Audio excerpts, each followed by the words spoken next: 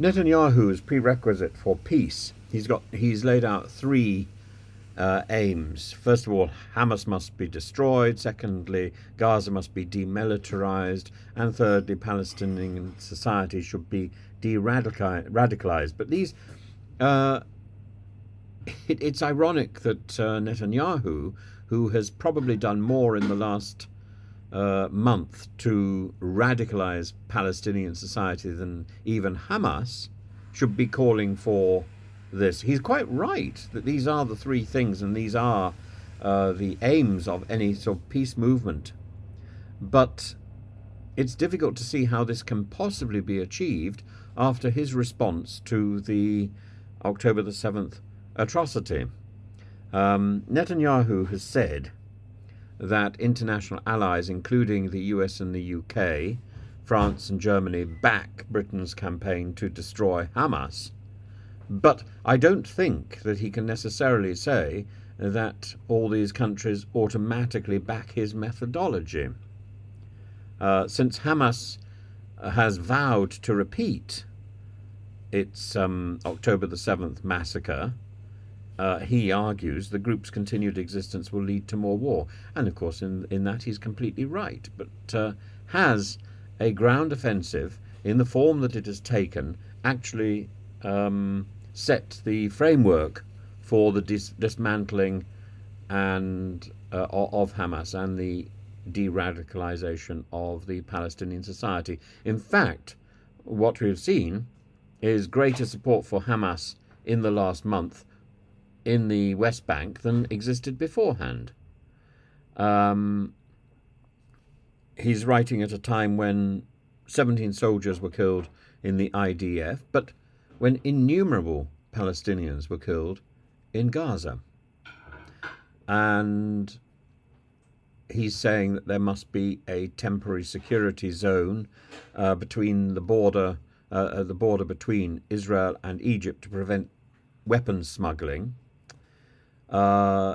He has dismissed the idea that the Palestinian Authority should be involved in Gaza's demilitarization, saying that the Palestinian Authority glorifies terrorism and was unwilling and unable to disarm Hamas.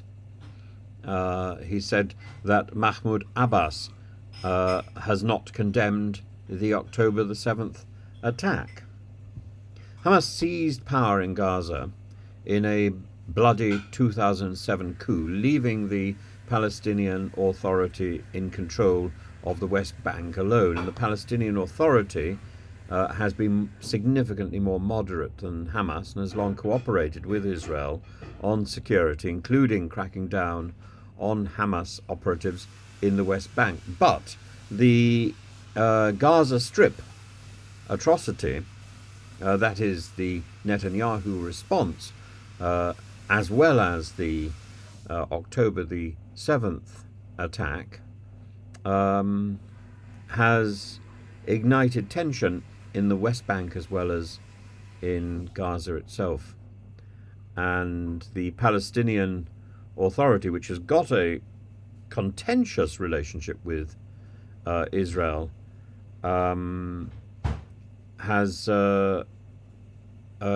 probably cannot lay out a clear plan for the future. Israel complains that Ramallah pays money to terrorists and to their families, and Mohammed Abbas, his popularity in the West Bank is certainly not what it was, and at 88 years old, he hasn't appointed or selected a successor. In contrast to what Netanyahu is saying, the Americans are saying that the Palestinian Authority should participate in rebuilding Gaza after the war, and that it should not be an occupied territory. But Netanyahu says for the foreseeable future, Israel will have to retain overriding security responsibility over Gaza. I don't see that this is a roadmap towards peace. He says that Netanyahu will police the Palestinian school curricula, civil society, religious sermons.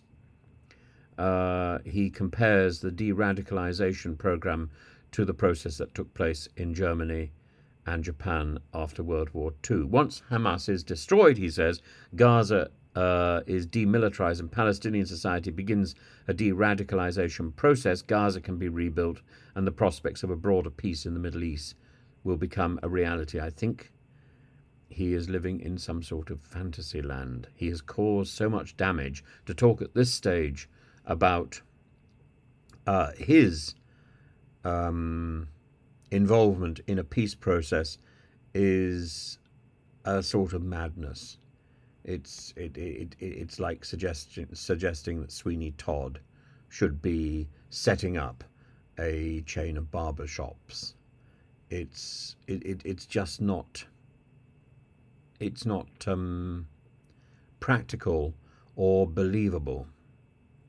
Yoav Gallant, meanwhile, and the IDF Chief of Staff, Herzi Halevi, have warned that the Gaza campaign is going to continue for months, despite the mounting international pressure calling for the end of the violence, and despite the fact that 20,000 people so far have been killed by Netanyahu's ground offensive. I think it bodes ill.